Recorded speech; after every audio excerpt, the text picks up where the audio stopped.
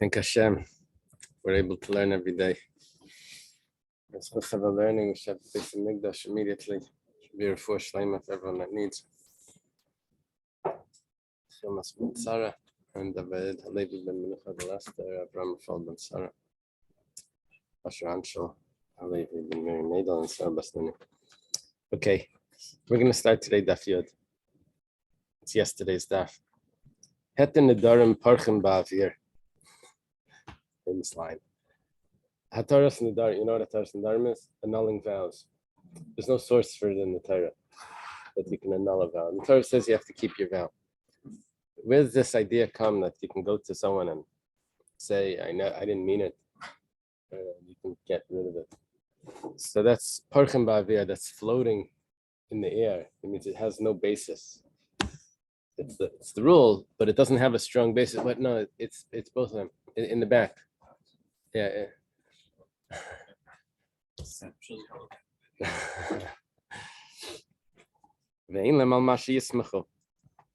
Doesn't have a support. It's very interesting. Hilcha Shabbos, Chagigah, the laws of Shabbos, laws of Chagigah Milas, the laws of using something that's consecrated for personal use, which is a prohibition.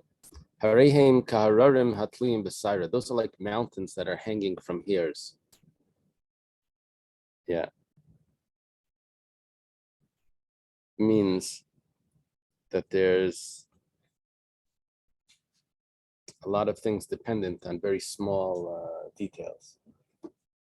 Shei mikra mu'et v'alachas merubas. Very few verses, but a lot of laws. Hadinim. That means like monetary judgment and civil cases. Ba'avaydis, the service in the temple. Ba'taris is purity. Ba'atmeis is impurity. Ba'arayas, immoral relationships. Yesh lam mamash yismachu, they do have a support. V'heinen gufei Torah. That's the basis of that's the essence of the Torah. The Gemara is going to ask the rest isn't the essence. It means that they all are the essence. Okay. Tanya was taught in a brisa.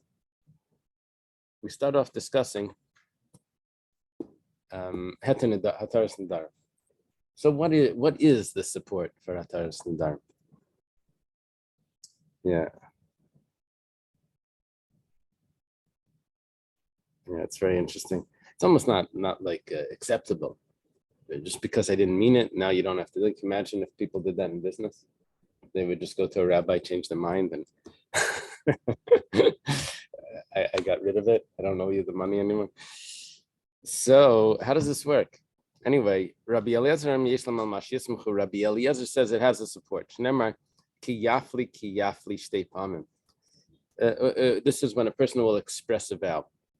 A person will express that he's going to be a nazir. Now, the first vow is about Erechin. He says that he pledges that he's going to give a certain value to the temple, or he pledges that he's going to be a nazir. Says it twice. Didn't have to say it twice. It means that one expressing is an expression of taking the vow on himself, and the other one is annulling the vow. Why does it use the language? Yeah, I don't know why it uses that language. I know what it's trying to say. It says that it's like it doesn't have anything to sit on. Has no support. It's interesting that it's associated with that. Philosophically, it's associated with tshuva, but right here. Right here, how does this work? Someone goes to the rabbi and he says that if I would have known that taking that vow would mean that I wouldn't be able to, go to shul on Shabbos or whatever, because I decided I'm not going to, whatever, I don't know, use the air, something, whatever the vow was. So he said, I didn't know that's what it meant. So he says, okay, he regrets it, and then but he has to do that expressing of what the issue was, what came up, okay. Rabbi Yeshua, there's a lot to talk about this, but it's a Daf Mishnah. Rabbi Yeshua says, Yesh lam al mashi yismachu. He has another support. Rabbi Eliezer and Rabbi Yeshua are contemporaries. Rabbi Eliezer is Rabbi Eliezer ben Horkenes. Rabbi Yeshua is Rabbi Yeshua ben Hanania. These are from the 5 students of Rabbi Yechon ben Zakkai. His support is, it says, Asher nishpati be'api, we say it Friday night, that I swore in my anger. It says, ba'api nishpati. What are you saying, swore in anger? Swore in anger, Hashem is saying he's not going to bring us to the inheritance by the spies. Arbaim shana kutbada, you waited 40 years in the desert. V'chazarti bi. That means that it was in anger, but vows that are made in anger could be you changed your mind and then you go to the rabbi and you say, I didn't realize that, and you can get it off. Rabbi Yitzchak says, Yesh lam al mashi yismachu, has another support. Kol nediv liba heviyu. I'm adding that word in because Rashi adds it in. All the generous heart. You see, it's in the Dibra Masla, in the Rashi. Kol nediv liba heviyu. Everyone brought it. Every generous heart brought their donations. Okay, that means that their heart was still generous at the time they brought it. Not just that they pledged it and they had to bring it at the end, even though they regretted it. No, they were generous the whole time, because if they would have regretted it, they could have gotten out of the pledge. Very interesting. Hanania ben Achi Rabbi Yeshua, Hanania, who is the nephew of Rabbi Yeshua, he's the son of Rabbi Yeshua's brother. Reimer, he says, Yesham al Mashim has another support. Nemar Nishpati v'Kayema. Lishmar mishpatei tzidkecha, I swore and I fulfilled to guard the rules of your righteousness. Money. So it says, like with a chiddush, that like, oh, a surprise that he fulfilled it. What's a big chiddush? And the big chiddush is that if he wanted, he could have annulled it. I swore and I fulfilled. So you kept it. But why? Because it could have gone out.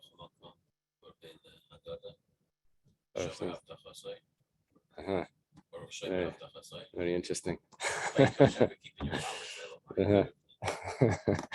Who does he go to? No.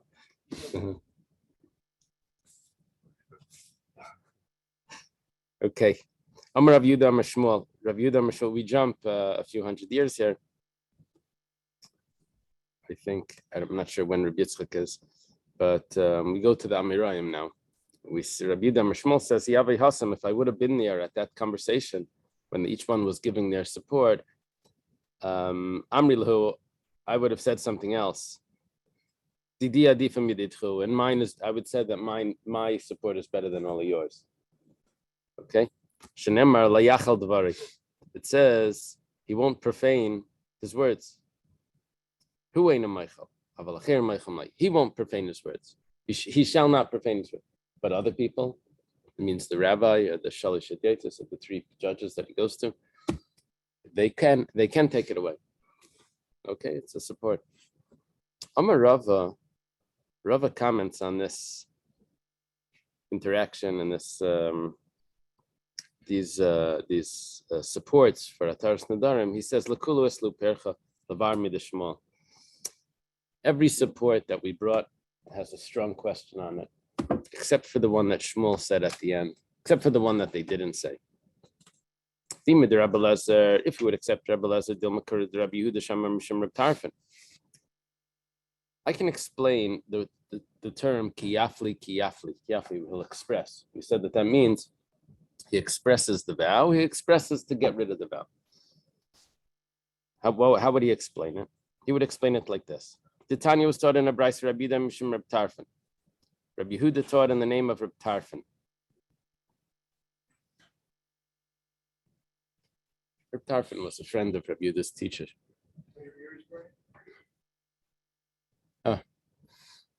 So, La'ilam, it says, let's say there's 2 guys sitting. This is classic. 2 guys sitting, and there's a guy that's walking towards them. And the guy says, I bet you that the guy coming is a Nazir. I'll become a nazir if he's a nazir or something. The other guy says, I bet you that he's not a nazir. I'll become a nazir if he's not a nazir. Now the guy shows up and he's either one or the other. One of them was right. The Gemara says that neither of them become a nazir, because a nazir has to become only with yafli. It has to be expressed directly, without any doubts there. It has to be in. You need the covenant also. You need the What you're covenant. doing it for. Right, but they put it on like a condition, but the whole thing was a doubt. So because it wasn't expressed in a way of concrete, definite, yafli means that it has to be expressed definitely. It wasn't expressed definitely, so no one is a nazir. Okay, so what we're saying is that we lose the extra yafli to teach me about hataras nedarim because we're using it to teach me that a nazir needs to have full definite expression. Otherwise, it doesn't work. So we're using it for something else, right?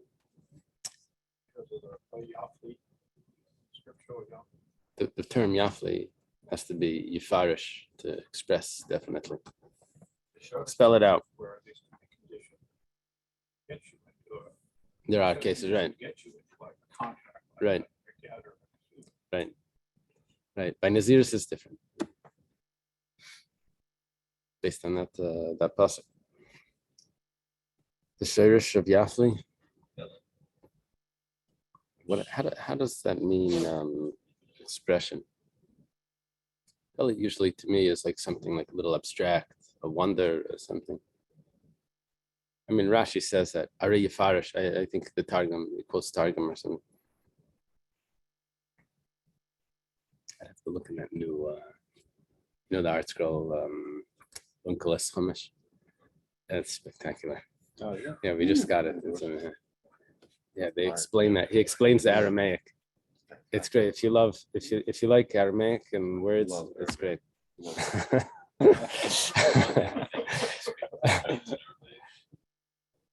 I like English. Well, the what's it called? The art scroll Rashi Chumash. They're very good with the French.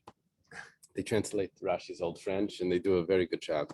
Really, that's like really good. Okay. Imid Rabbi Yeshua. Rabbi Yeshua, his source for Hataras Nedarim was Asher Nishpati Biyapi. If we would take that one, it says Dilma Hachi Kamar, Ba'api Nishpati V'Lei Adarnabi. He doesn't say that that he got it back. But on Yud, Daf Yud, Amud Aleph, towards the bottom of the page, and my Gemara is the last two-thirds of the page down. The next line starts E. Imid Rabbi Yitzchak. Yud Amud Aleph, yeah. 10a. If it would be Rabbi Yeshua, maybe.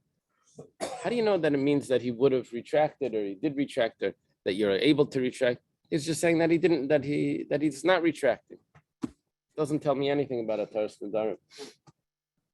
Imid Rabbi Yitzchak was the one that mentioned Kol Nediv Libai, that the generous heart brought it. That means that his heart was generous the whole time. Maybe what it's really telling me is a certain halacha, nothing to do with that he could have retracted. Shmuel says, if a person makes a pledge in his heart, it's not enough. He has to express it. Just if he pledged in his mind, it doesn't. It's not binding. So really, what the pasuk is telling me is not like Shmuel. A pledge in your mind is binding. Nediv libai, the generous heart. He pledged it in his heart. Yeah, there is such a concept that if someone takes a pledge, he thinks that he's going to give a certain amount, that he's actually supposed to. That concept exists. So it's not binding. They can't come to you. You see, we know what you were thinking. Right.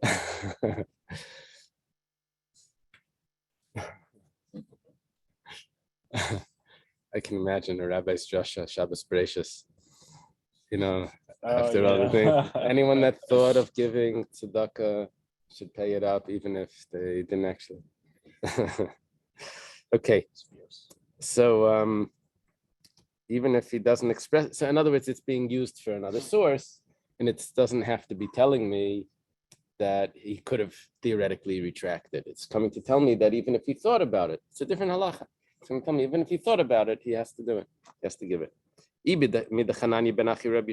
you'd say it's from Hananiah Rabbi Yeshua's nephew, he says, Nishpati v'akayema.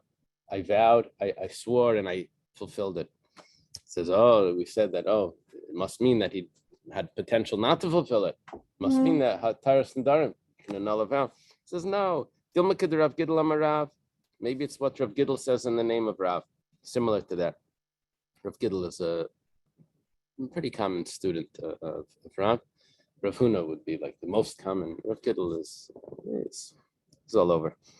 Rav Gidl Amarav, Damar Rav Gidl Amarav, Minayin Shinishpan L'Kayim Es Mitzvah. How do you know that a person's allowed to take an oath that he's going to fulfill a mitzvah? It's like, what are you taking an oath for? You swore to Hashem at Har Sinai. You're taking an oath. So, but nevertheless, he says, yes, you're allowed to. You're allowed to take an achlata because it's going to encourage you to do it. It's going to give you, the strength to make achlata,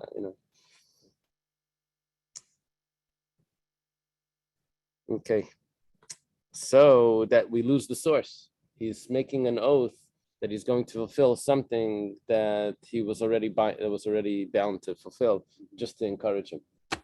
We don't have a source for Ataras Nadarim. The Shmuel Leslie Pircha, Shmuel's source was Layachal Devarei, that he should not annul his vow. He should not profane his words. That means that he doesn't profane his words, but other people can. Says that we don't have any question on.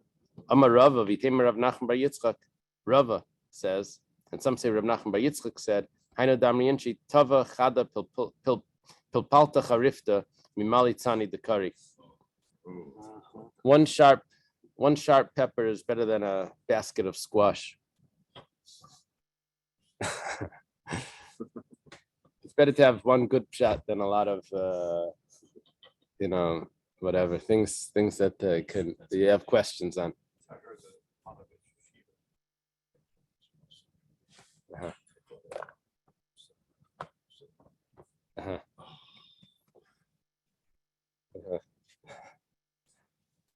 We follow the opinion of Rabbi Elazar ben Azariah that we add in more seats into the yeshiva. Yeah.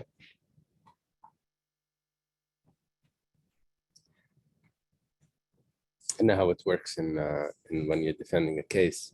It's better to have like one point. It's better to have like, and if not, and also this, and also that, and also that, and also that, and also, and then each one is like, well, I don't know. Better just have one point, and then it's good enough. Love fit, I quit. What is it? Fit, I quit. Oh, if it doesn't. Okay, I remember that. Hilchas Shabbos, Yom Kippur, I think. In that case. I remember they came into Shul telling us that. Okay, Hilchas Shabbos. What did we say in the Mishnah here? Hilchas Shabbos. We said that this is like Hararim Atluim Besara. These are mountains that are hanging on hairs. Gemara says, what are you talking about? Michtav Ksivan. It's written clearly in the Torah. It's in this week's parsha. It's in last week's parsha. It's appropriate that we're learning this Gemara right now. Shabbos, it says all over the place. It says in the Torah you have to keep Shabbos. It says no. Like tzricha. Loi. Hey, you're supposed to read it. No. Tzricha, it's necessary that it's hararim matliyim basara, that doesn't really have a strong basis. That's referring to Rababa, something that Rababa says. Rababa says, Rababa taught, someone digs a hole on Shabbos. So you're not allowed to dig a hole. If it's dug inside the house, then it's considered baina. You're building. If you dig outside the house, it's considered plowing. So let's say he digs a hole. Whatever it is, it's a malacha. You're not allowed to dig a hole in the soil on Shabbos. But if he doesn't need the hole, he really needed the dirt. So he brings the dirt out, and it's not because he needed the hole. He needed the dirt, whatever he needed the dirt for. He needed the dirt, I don't know, to cover over something that was dirty. That's what they would do. They would like cover over something Like that an smelled or something. A what? Like Right. Didn't we learn this in Shabbos? Yeah. We learned this in Shabbos. They cover over like soya or something. Right. Right. Right. Exactly.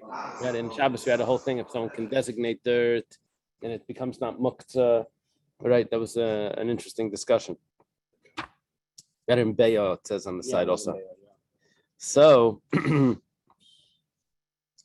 he doesn't need the hole, so it says he's pater. Now, why should he be pater? He did a malacha.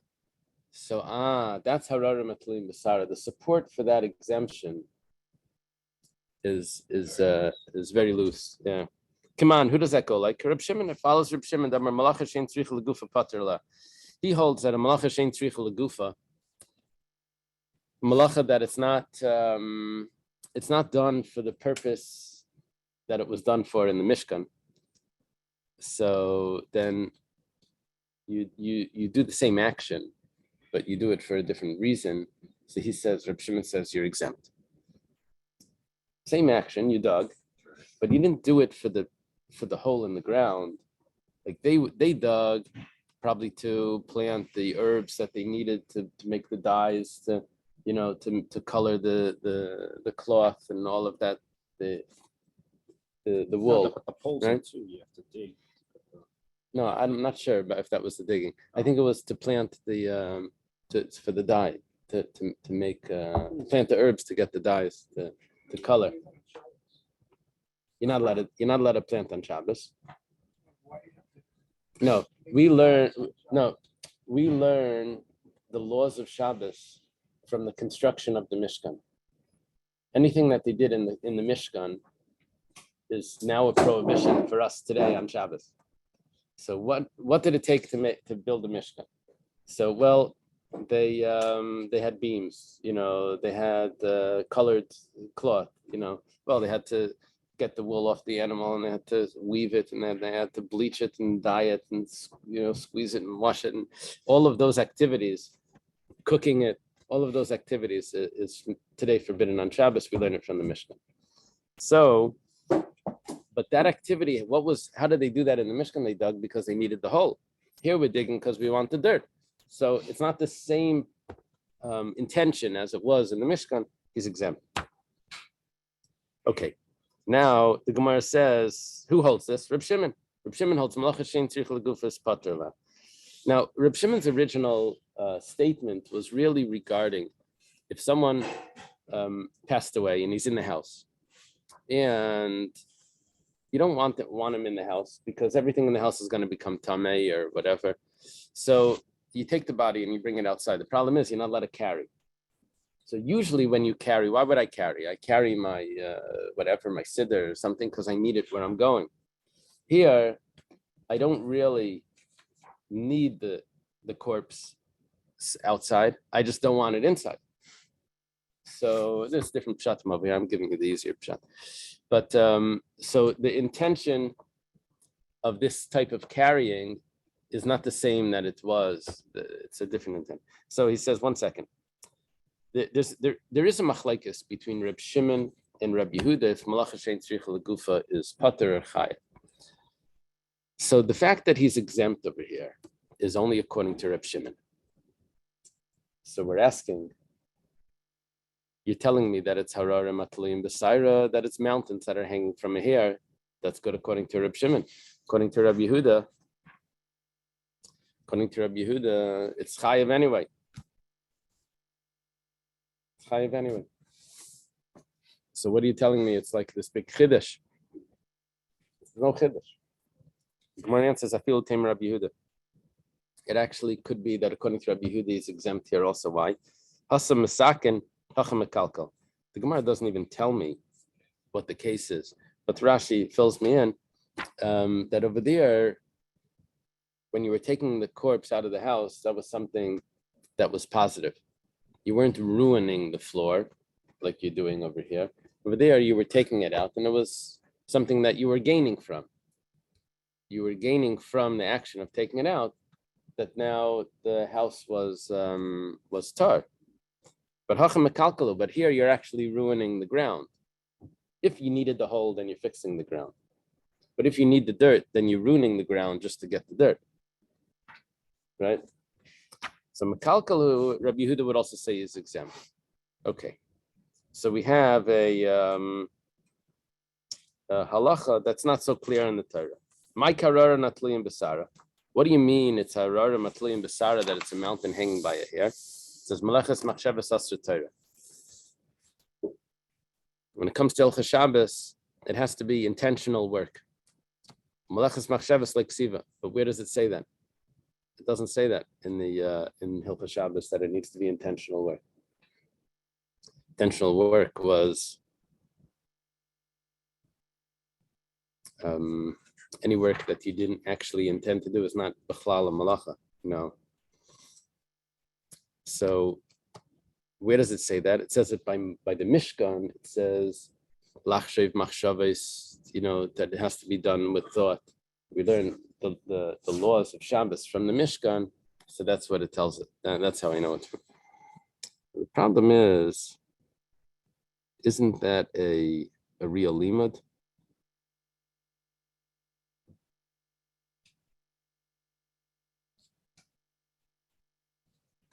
All right. No, it's not always so clear what it means.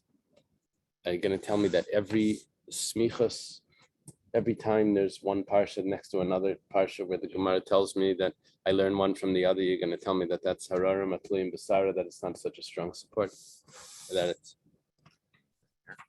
it's holding on a hair? The expression is used, harara matliyim besara, means that if you change the way the expression is used is that one slight detail different and then the whole rule switches.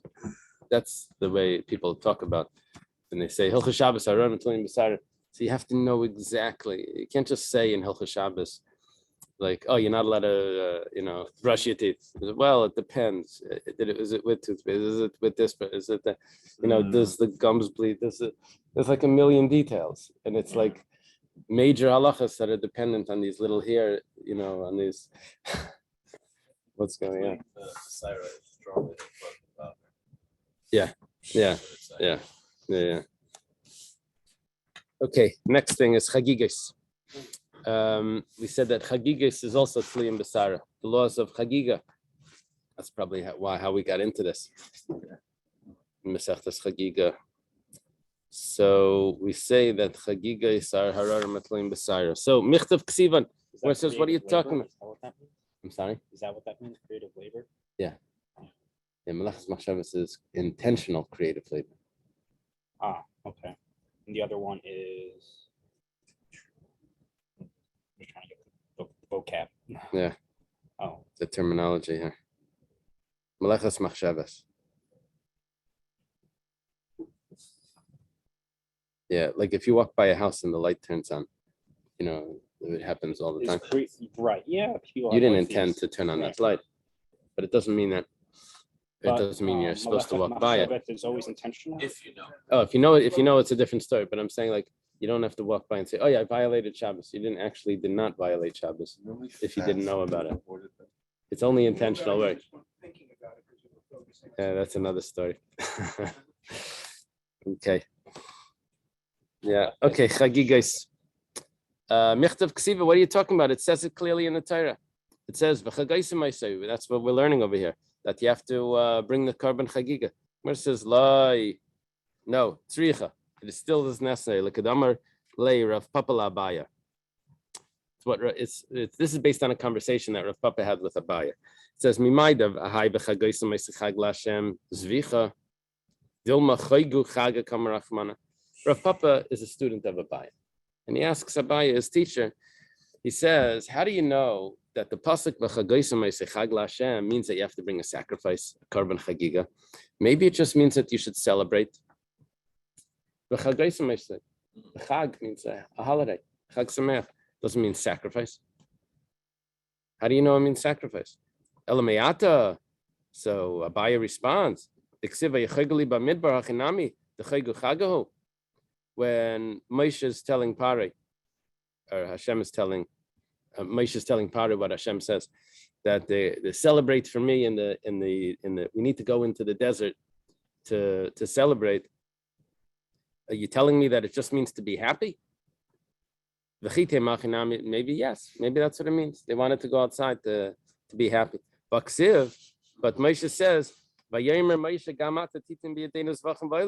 Moshe tells Paro that you're also going to give us animals to sacrifice. We're going to take not only our animals, but your animals also. You see, when he says that it means that they're going to sacrifice animals, not just be happy. He says, well, how do you know? Maybe what it means is, maybe this is what Hashem was saying.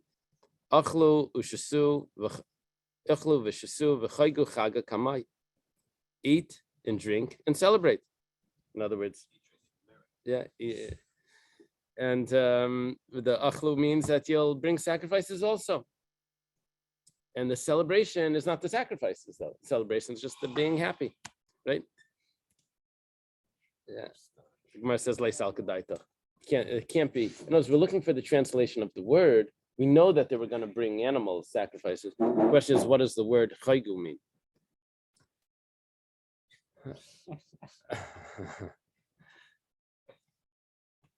Don't think like this. It says, you can't leave the fat of the chagi of my holiday until the morning. Now, what does the word chagi mean? If you want to say that, what's the bach over here? The chaygu chagahu.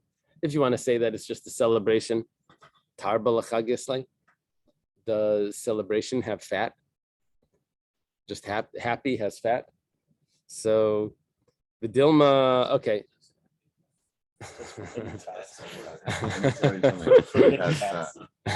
Trans fat. A lot of it. Do you see that clip from Rebbitzin Mizrahi, Yemima Mizrahi? Very funny. She's talking to the ladies. Did you see that? She's telling them, everyone would rather you fat and happy than dieting and miserable. Very funny. Very funny clip. Anyway, so does happiness have fat? No, it must mean that it's a sacrifice. B'dilma hachi kamar rachmana. Maybe this is what Hashem is saying. Chaylev haba bisman chag la yolen. It says you're not supposed to leave the fat over till the morning. How do you know it means the sacrifice? Maybe it means the sacrifice that you bring on the day of celebration. Still doesn't mean sacrifice. It's referring to a sacrifice, but it's referring to the time when it's brought. So in translating the word, we still don't have that chag means sacrifice. If that's the case, then really what the pasuk's telling me is that you can't leave the fat over in the till the morning. That's only referring to the fat that comes on the holiday. The sacrifice on the holiday. Other sacrifices you are allowed to leave over till the morning. It's not true. You're never allowed to leave it over till them. So it has to be talking about the sacrifice, not the time when you brought it, because if it's the time that you brought it, then it would be limiting. Only that time. It says that from the night until the morning, that's by the Oila, Karban Oila, the whole year, that it's only until the morning. It burns on the altar the whole night, and that's it. Dilma imahi, if from that pasuk avamina hula seiksiv, kasav rachmana, haylalab. Maybe over there it says by the Karban Oila, it says hi Oila al maikdalam mizbeach kol halayla the biker. That's the burnt offering. It's burning on the altar all night until the morning. That's a positive command that it's supposed to burn at night, but it's not a negative command that you're not allowed to burn it. You're not allowed to leave it over till the next day, till the morning. There's a positive command that it's supposed to burn at night. The negative command, that's only on the holidays. The Chaylev Chagi, on the holidays, you have a negative command. Gemara says, Lav kasav krachrina. I have another pasuk that tells me a negative command. It says "V'layolan min habasar shetzizbach ber b'yom rishon labayker." Clearly says on the holidays I have a negative command. I can't leave it over. So chelev chagi must mean a specific sacrifice, not just any holiday. Says Vidilma lavar of Bishnei Lavin Vasei. Gemara says maybe it wants to give me 2 negative commands and 1 positive command. Okay. Usually it doesn't like to do that, but maybe. Taisus mentioned that. Ella Asya Midbar. We learned from Midbar. There's a word that's going to teach it to me. This is called Gzeir Shava. Ksiv Hacha, over here it says Vayachai Galiba Midbar, that you're going to celebrate for me in the desert. This is referring to the Jewish people going out of Egypt. Ksiv Hasam, and it says over there Hazvachim Uminchi Gashtim Li Bamidbar, the sacrifices in the meal offerings that you brought to me in the desert. Malahalan Zvachim, Afkan Zvachim, just like this Midbar is referring to the sacrifices, it says clearly sacrifices. Also, when Moshe tells Parai that we're going to be Yachai Galiba Midbar, it's referring to sacrifices. So the Gemara says, "My karar matluim b'saira." If you have a pasuk, you have a gzeir shava, a verbal analogy. It says midbar here, it says midbar there. That's not harar matluim b'saira. That's a regular gzeir shava. We have that all the time. The Gemara says, "No, divrei Torah divrei Kabbalah yalfinan." You're learning a halacha from a verse in the prophets. Usually, we don't do that. We don't learn halachas from the prophets. Yeah.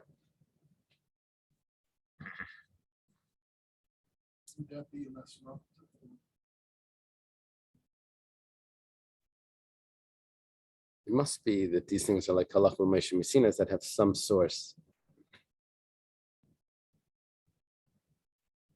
Usually halach Moshe Messina has no source. Yeah, but no textual source. Yeah. Why are the prophets called Kabbalah? Okay. The question is, why do we call Kabbalah Kabbalah? The prophets are called Kabbalah. That's Kabbalah. It's Kabbalah they received from. That's the easy one. The question is, why is Kabbalah called Kabbalah? What is that? What does Kabbalah, the word Kabbalah mean? Tell us. You can handle it.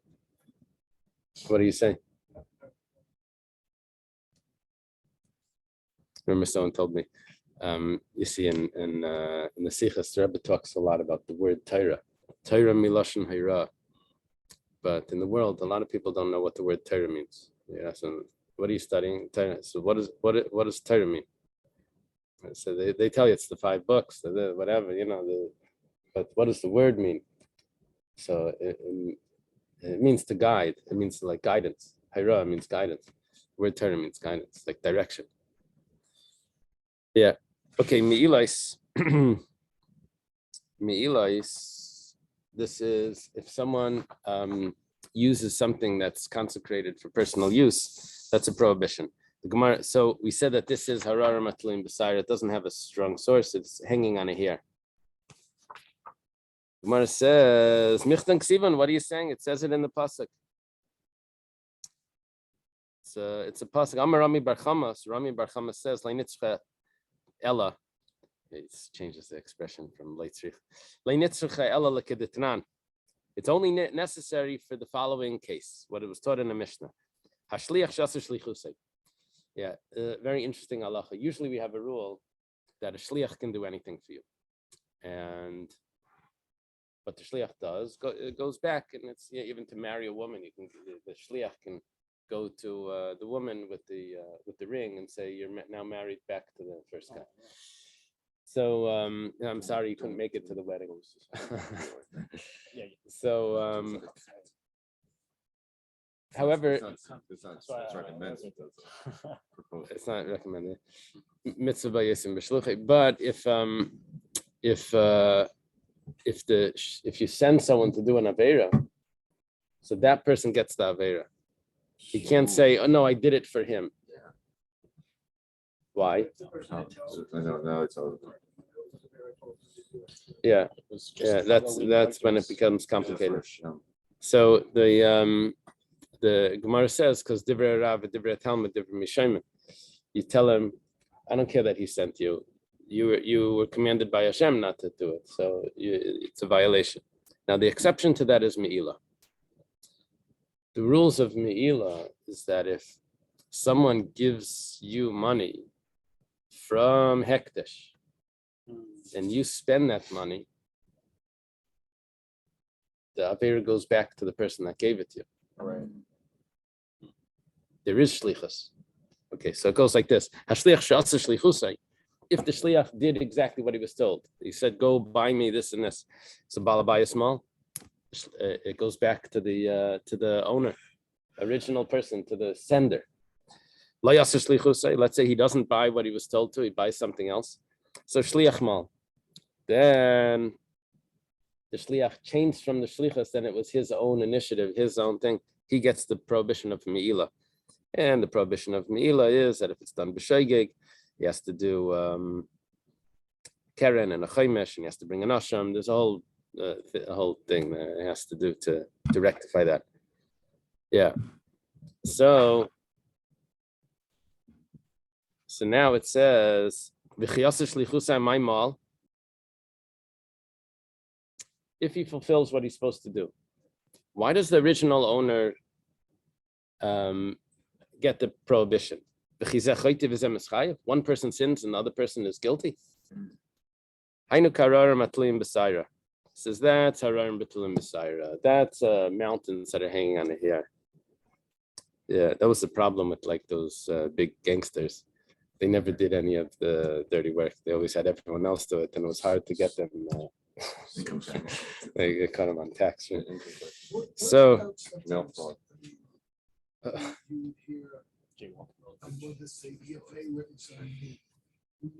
Yeah. They wanted someone else wants to take. Right. Right. Probably. Well, I'm not sure. Yeah. I know Yeah. that's what goes back to. Yeah. I mean, halachically, Doesn't sound like it. Doesn't sound like that person's gonna. He said that he'll in Besdin, no one's gonna accept that. Yeah. Amarava.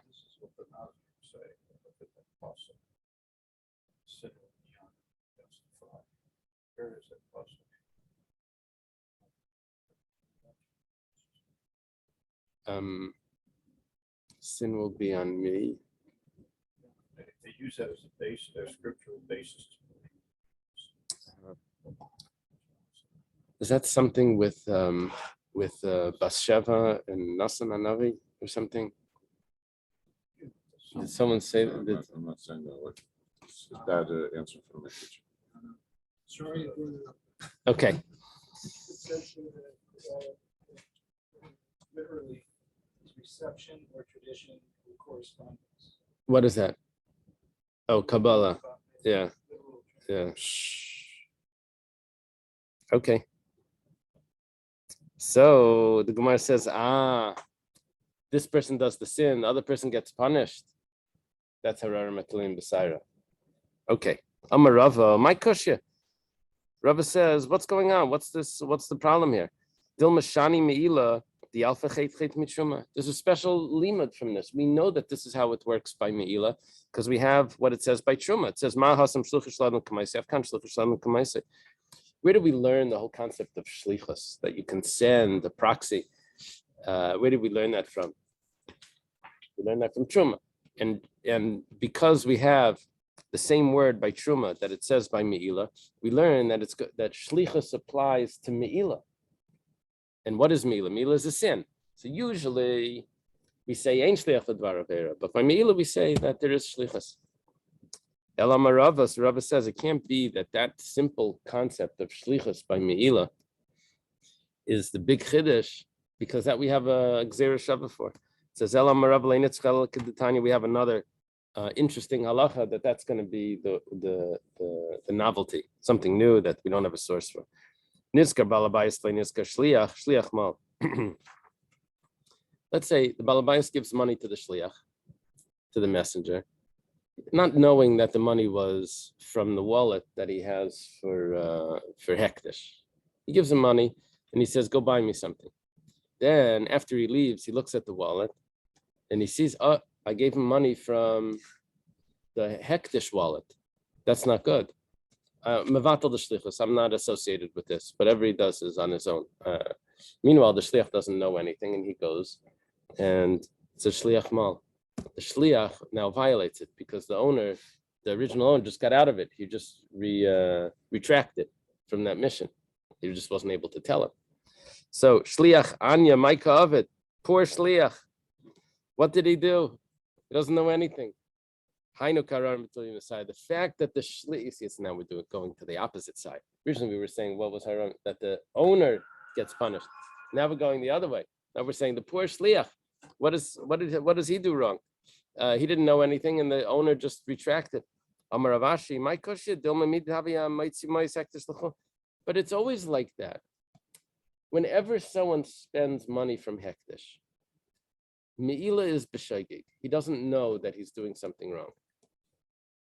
So he doesn't know that he's doing something wrong. So what's the problem? Why is this like a big chiddush that the person violates Mila when he doesn't know? That's always how it is. The chiddush was when it goes to the other person, but that we had a gzeir shava for. Umar says, it's another source, another teaching that this is the interesting one, that's harar matlim basar, which is a mountain hanging by a hair. It says, not the levanai karish lektish. If someone takes a rock or a beam that belonged to the temple, so far he didn't violate anything. He gives it to his friend. So he violates Mila, but the friend didn't do anything wrong yet. Michti, 1 second. Mishkal shakle, mali hu mali chaveri. He took it before. What's the difference if he takes it or he gives it to his friend? Why only when he gives it to his friend does he violate Mila? When he took it before, he should have violated Mila before. It says, that's the interesting case that we don't really have a support for. That's just the halacha. It says, my kushya, what's the question? Maybe this is following the Shmuel's explanation that says, Hacha begizbar hamasuris layavni binyan askinan kolecha demancha b'shus de mancha. You know what the explanation is for this? This is the guy that's in charge of watching he's the guard over the construction materials for the temple. So when he takes an item, he moves it from one place to another place, this and that. It's not considered that he's stealing from hektish.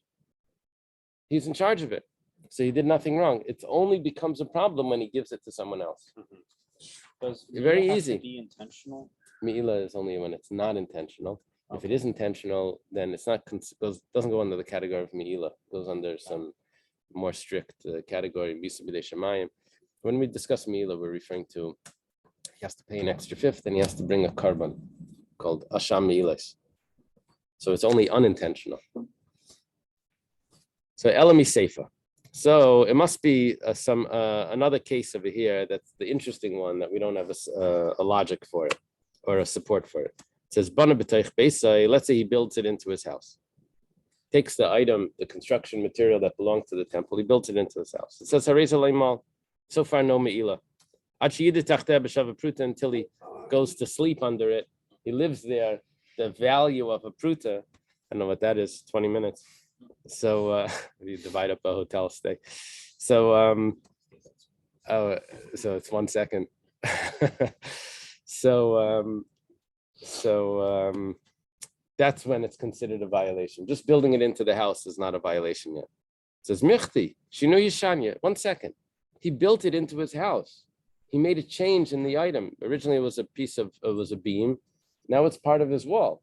So that should be already Me'ila right away. Why does he have to Mali Loidar? What's the difference if he lives under it, doesn't live? He took something that's already considered that you took it. It says Hainu Karar Atlim Basara. That's the big chiddush over here. That there's an exemption until he lives under that beam. It says, my kushya, why are you telling me this is a big chiddush? This is not surprising at all. Dilma Rav. Maybe this is the way Rav explained it. Rav, you know what he did? He didn't really do anything to the beam. He just put it on top of a skylight that covers the skylight. It was like a little board. He put it up there. made it like a shutter. It's nothing. He didn't change it. He just like laid it on top. The chiddush is that this Gizbora took it out of the base of Mikdash property to his own property, and yet he was not, even though he changed properties, he was not chayav on anything, but had given it to somebody else. So someone took it out of the base of Mikdash. I think the case is that It's in the same property. it's in the same property. He lives, or he stores. No, he stores the temple construction material in his house. So he's guarding it in his house. He's the gizbar. So that's He's the why- treasurer. That's why it's considered the same property. Yeah. because it's an annex So of until the he base. does something unique, it's always considered like so he has to do something that's going to change it. This here, he didn't change it yet. So why are you telling me that this is Harar Mitulim Messiah? It's all logical. Idar bein, loy idar beloy. If he doesn't live under it, so he didn't benefit from it that in a way that he changed it. Well, even if he lives under it, it's not changing it either. But this is then he's actually getting benefit. You see, there's a problem of getting personal benefit from something that's from hektish, even if he doesn't change it. Okay, so it all makes sense. The Gemara says, "Elaylam kiderava." We're gonna have to go back to the first case.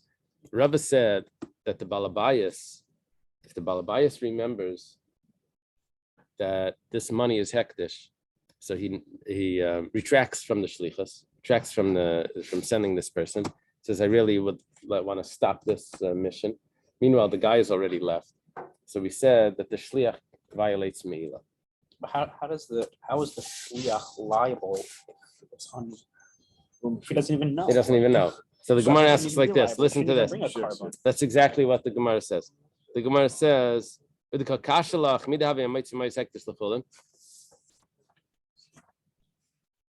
I'm sorry. So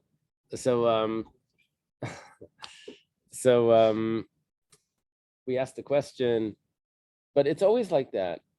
Whenever someone spends money from hektish, he doesn't know, and he's always responsible. So here too, he doesn't know and he's responsible. Gemara says, no, it's a different story. This is totally different. Hasa made the yada de kazusi de hektish ibayle hacham yada. So usually, the person has two wallets. One is hektish, one isn't, and he made a mistake. So when he makes that mistake, we tell him, you should have known better. We know it's a mistake, but you should have been more careful.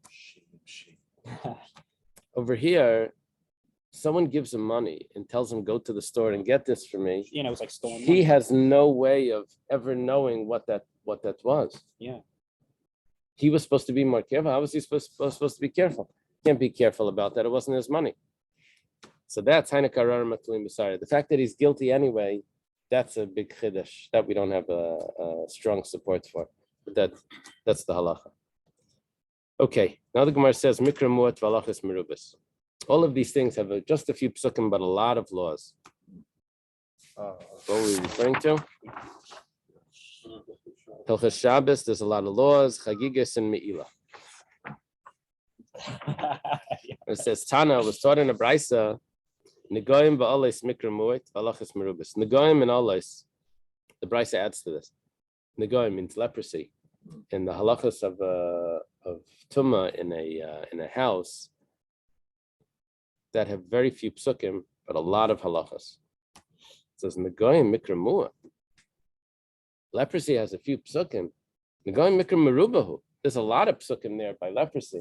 The whole parsha, 2 parshas. It says, Amar Rav Papa, Rav Papa amends the brisa for us. Really what it means is that Negoim has a lot of halachas. A lot of verses, but just a few halachas. That's interesting. Alais, however, Tuma in a tent, how that works is Mikra Muat Valachas Merubis. There's only a few psukim, but a lot of halachas. My nafkamina. What are you trying to tell me? What's your point? It says, what we're trying to do is we're trying to help you find an answer to the question that you have. If it's in Negoyim, in the Negatzaras, so you can look it up in the Torah text. You open a Chumash to find the halacha. because there's so many psukim, it's going to be clear there. If you have a question in Olos and you're going to look in the psukim, you're not going to find it. You need to look it up in the Mishnayos. Yeah, Olos is one of the hardest masechtas, by the way. Kalim is hard, and Olos is even harder. Yeah. Didn't we learn, I think, a while ago that, like, if someone is in Tuma back then during the basic Mikdash, like, they make all their furniture Tuma, you have to immerse it. Right. This blows my mind. Right. Besides for all of those difficulties, but the laws of Olos is very complicated. And then when it's one of the hardest parts is that there seems to be one chapter there that contradicts every other chapter, and it's very difficult to reconcile that. There's a few approaches. I forget which one it is. Tess, Yud, Yud. It was one of them. Was like you sort of have to forget everything that you know and just sort of accept it because it doesn't fit with the other. Yeah. Okay, Dinan. The laws of monetary laws. Michtav Ksivan, what are you saying? That says it clearly in the Torah. You're telling me that these things are not in the Torah. What is it? How does it put it over here? It says, Yesh lehen al mashi yismachu. There is a support. There is a support. The Gemara is asking, it's more than a support. I think that's, how does they write it, the question in the English?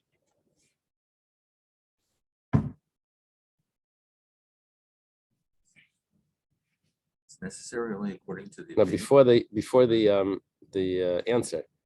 Michtav Ksivan, is that a question? Yes. Yeah, it has to be a written in question. the Torah. Why does the Mishnah merely say That's something to support it? Yeah. The question is, it says Yesh lehen al mashi yismachu, that it has a support. It's much more than a support. It's written clearly. That's what the Gemara is asking. So the Gemara says, well, it's like this. You look at the Rebbe. Really, there are certain things that aren't so clear in the Torah. It says, yeah. Those words, yesh behem, No. Oh, because there was one where No, I'm pulling it back from the Mishnah. Oh, okay. Yeah, it's missing the main point. So the Tanya was taught in a brayso. Rebbe Yomi nefesh tachas nefesh, a soul under a soul, in place of a soul. That means if someone killed someone, but how did he kill? In this case, this is talking about when there's two people that are fighting, and he ends up hitting a pregnant woman. So, and the baby dies. So it says nefesh tachas nefesh, a life for a life, soul for a soul. The Gemara says mammon. It's actually not a death penalty. It's actually, he just has to pay for the fetus. He doesn't have to. He doesn't lose his life because of that. He wasn't intending to kill. Unless he was intending to kill the fetus. She mixed in, right? Kinatsu anashim, right? People are fighting. So, Ato Aimer Mammon, you say that it's only a monetary. Maybe it actually means a death penalty. So it said, V'nasan beflilim.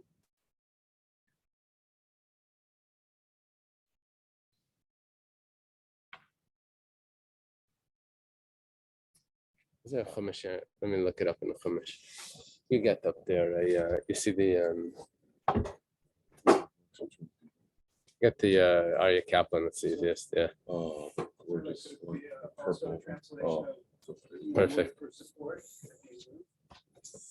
What are you referring to? that's early. That's what I want to say. The woman's. Oh, not really. Not that I know. Does anyone have which verse it is? I just have the chapter in mind. Chapter 21. Exodus 21.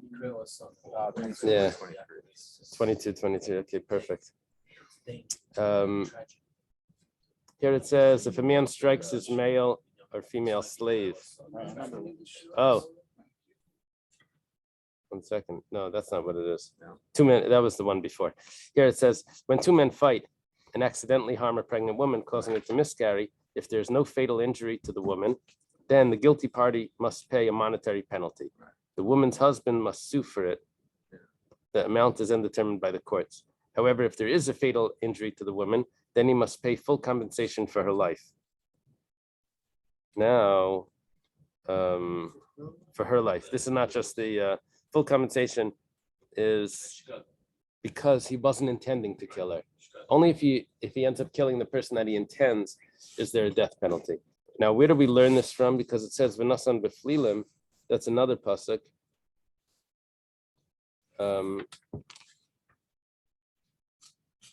Does anyone have that source?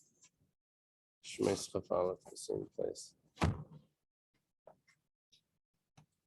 While you're looking Yeah, at it, v'nasan b'flilim. what does fight mean? Step outside. Oh. I'm not familiar with the term. Fighting. right. Why Yeah, would you so do fighting? it's referring to, because before when it says that there was no death the woman doesn't die. I'm paying for the child. No, you pay. So then it was just the fetus. Then that was clear that it was just money. So over here also, when the woman does die, it's also only money. That's what we're learning.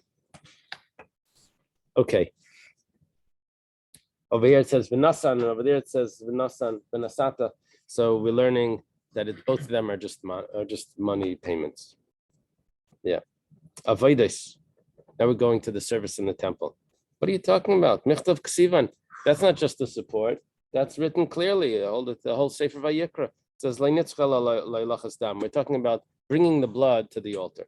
The Tanya was taught in a brayso of ikrivu. They'll bring it close. Ikriv is to bring close. The Gemara says, actually, it doesn't even mean bring close. It means zu Kabbalah sadam. This is talking about catching the blood. It's called bringing it close, and it really means to receive it in a vessel. But the Torah learns it from an expression that means to walk it. Because it says the kohen will bring everything and offer it on the altar. And the master taught that this is referring to bringing the limbs up to the ram. This is teaching us that even though it doesn't say halacha walking the blood to the altar or the limbs to the altar, because it's very possible that you can avoid doing halacha, because you can slaughter the animal right on the side of the altar, and then you don't have to walk it anywhere because you catch the blood and sprinkle it right from your position.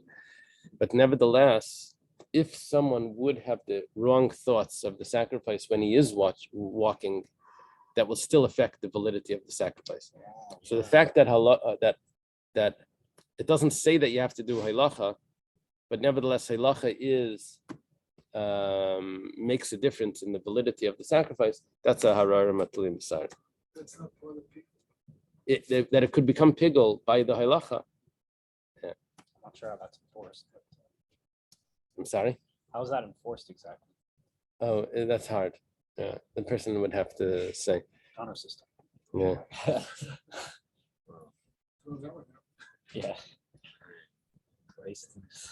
Taris, purities. The Gemara says michtav ksivan. That it says clearly in the Torah. It says, well, not really. Leinitzchel l'shir mikvah d'leiksiv. It doesn't tell us how big a mikvah has to be. So the Tanya was taught in the brayso of V'racha. It says besara. I'm not sure if it's correct over here. B'mayim. B'mei mikvah. It says he should wash his flesh in the water. That's referring to the mikvah water. As kol besari, all his flesh. Mayim shekol gufa elabehem. That teaches me that it has to be the size of that water that the whole body can fit into it. The kamahin. How much water could fit an entire body? Like how big does your bathtub need to be? Not a bathtub, we're here referring to a mikvah. What would be the minimal size mikvah that it could be totally submerged in underneath the water? So it says amal ama brum shalish amas. It's one amma by another amma by 3 amas. That could be a mikvah. Yeah. You're a bit in such a. So you get scratched on the sides, and it's not going to be fun. No, yeah, we've had this before. Had this in a few places. We had one place, I think, the Psachim source that gave us a whole calculation of, how much water that was. It comes out of berm. So I had to figure out per, yeah. Timaeus, impurities. Michtan ksivan. That says also clearly in the Torah. Why are you saying it's just a support? It says the size of a lentil of a creeping creature that gives off tuma. Says that it doesn't say clearly. The lake siva that it's not written. Titania, starting in a brisa. It says bahem, in them. The pasuk says kolani gebem, anyone that touches them. Yachal bekulam, maybe he has to touch the whole thing. I'm sorry, did I just skip? No. Yachal b'talmud leimar mayhem. He only has to touch part of it. Yachal b'miksasan, so that means maybe he only has to touch part of it. So it says talmud leimar behem. It says no, in them means the whole thing. So Kate said you can't have both. It's either part of it or the whole thing. It says you have to touch part of it that could have been the whole thing. In other words, that's the minimal size. That amount that you touched was the size of the smallest creature. Shir Chachamim b'Kadasha. The sages said that the smallest creature would be the size of a lentil. So even if it's just a piece of that creature, so it's once that size, that piece is a lentil, then that's already considered that you touched the whole thing. Because a snail, that's what I'm understanding from Rashi. I don't know what he says over there. Do they say snail? What do they call it? It says a type of lizard. Before the lizard. The next one is going to be a lizard. A chomet. They say chomet is a lizard? Yeah. Oh.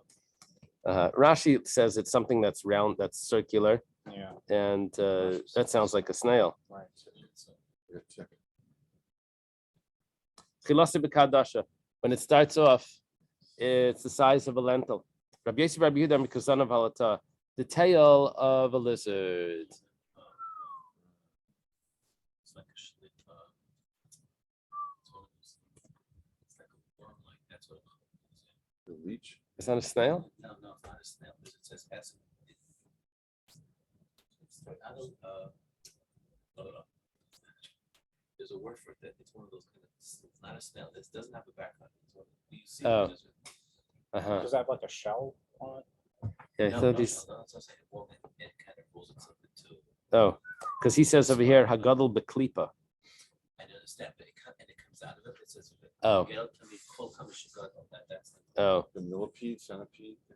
Yeah, it's similar to that, but it's just almost like a worm. It's okay. similar to a worm. Okay. Let's go to the field trip today. Field trip to Israel. Then Rabbi Yossi Bar Yehuda, he says, Rabbi Yossi Bar Yehuda says that it's the tail of a lizard because it's considered like as if that has its own life. Why? Because when it comes off, it jumps around, still hops around. Yeah. And then the lizard grows in the tail. Oh, is that the lizard does grow in the tail? Yeah. Okay. Now it says Arias. Immoral relations. It says Michtav Ksivan. That's so clear in the Torah. Can't be that that's just you have a support for it. It says Lei Nitzracha. It's only talking about Labitay Manusasai, the daughter from his daughter from someone that's not his wife, someone that he says that he raped. It means someone that he's not married to. The like Siva, that's not written. Now, if he has relations with this daughter of it's his own daughter. Now, yeah, the problem over here is that you're not allowed to marry a woman and her daughter, and you're not allowed to have relations with the person's own granddaughter. Sort of leaves out the daughter. So if it's his wife, so then if it's his daughter comes from his wife, so it's anyways the prohibition of because he can't marry a woman and her daughter. But if it's not his wife, then I'm going to have to learn it that if he can't have relations with his granddaughter, then Kal v'chomer with his daughter. The only problem with that is that we can't give a death penalty just because we have a Kal v'chomer. It has to einanchin min adin. It has to be more clear in the text than just logic. So the like Siva, that's not written clearly. The Rambam. This is usually given an example of a mitzvah deraisa that's not written in the Right. Right. So I love the line. this, so It's hard, but it's better. That's probably what the Gemara means. No, so but we do have it. It is still prohibited, but it's just not clear. We learned from a Gezer Shava from his wife to his Anusa, and we also have to learn another Gezer Shava, Zima, that both of them, basically that he's going to get the punishment. Yeah. Now the Gemara says, Heinin Gufi Torah. These are the essence of the Torah. Gemara says, Hani in Hanachloi. Oh, only these last things are the essence of the Torah, and the rest are not. Yeah. Ella Ema Hein Vein Gufi Torah. These and these are Gufi Torah. Everything is the essence of the Torah. Yeah.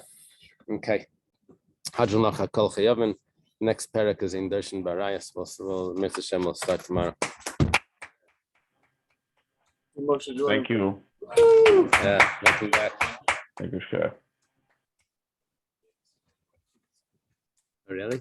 So you don't get a break. It's work to work. Wow.